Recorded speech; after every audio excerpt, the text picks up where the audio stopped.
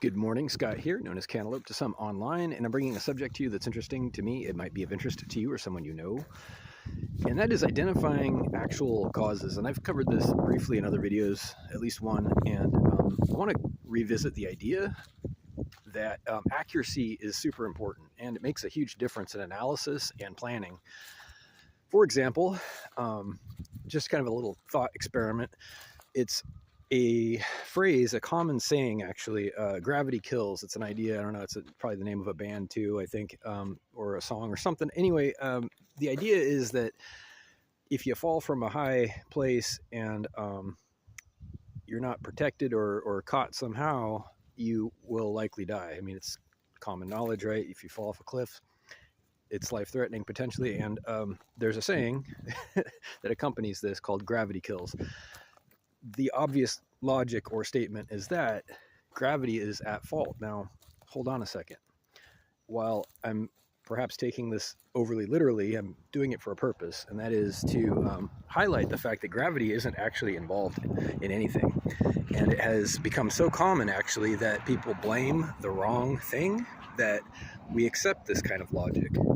It becomes, it starts out as a bit of humor, perhaps, a little bit of an exaggeration, people being, whimsical with their words, but then it sticks. And here's the problem.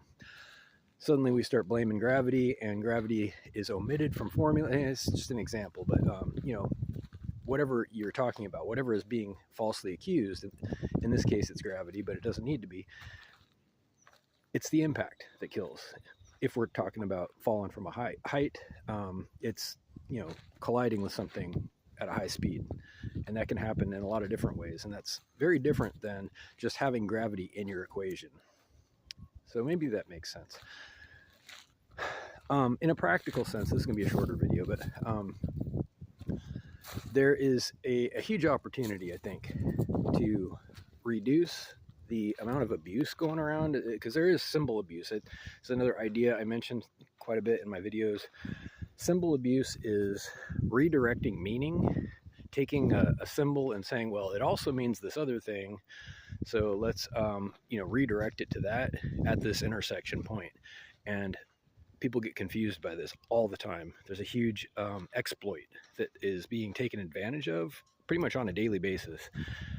Someone will say, oh, well, so-and-so said this, and here's an example when that is not true, therefore they lied, or they said something false, and that's not necessarily what they meant, and what they meant defines the meaning.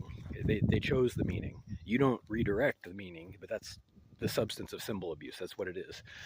So to mitigate this, and it's a huge problem, it really is a huge problem, to help people be fair and accurate. I mean, because it matters. It does. It affects everybody's quality of life. I am the victim of certain types of abuse. I'm not ashamed to admit it. Some people are targeted by this stuff, and it happens. But you can correct it, is my point. You can correct it by understanding what causes people to want to do this and how it's implemented, understanding the actual abuse itself. So blaming the right thing, being accurate, understanding the causes and effects of things, and that those alone define the event, the context, that is to say the intention or motive, and the actual outcome, gives the meaning completely to what's in the middle every time. The snapshot itself doesn't mean anything out of context. The symbol, that is. So anyway, we'll get along just fine if you blame the right thing. Figure out what it was, not what it could have been, and not what else fits that symbol in the middle. That'd be great. Have a great day, and reach out with questions or comments to whitehotrobot@gmail.com. Thank you.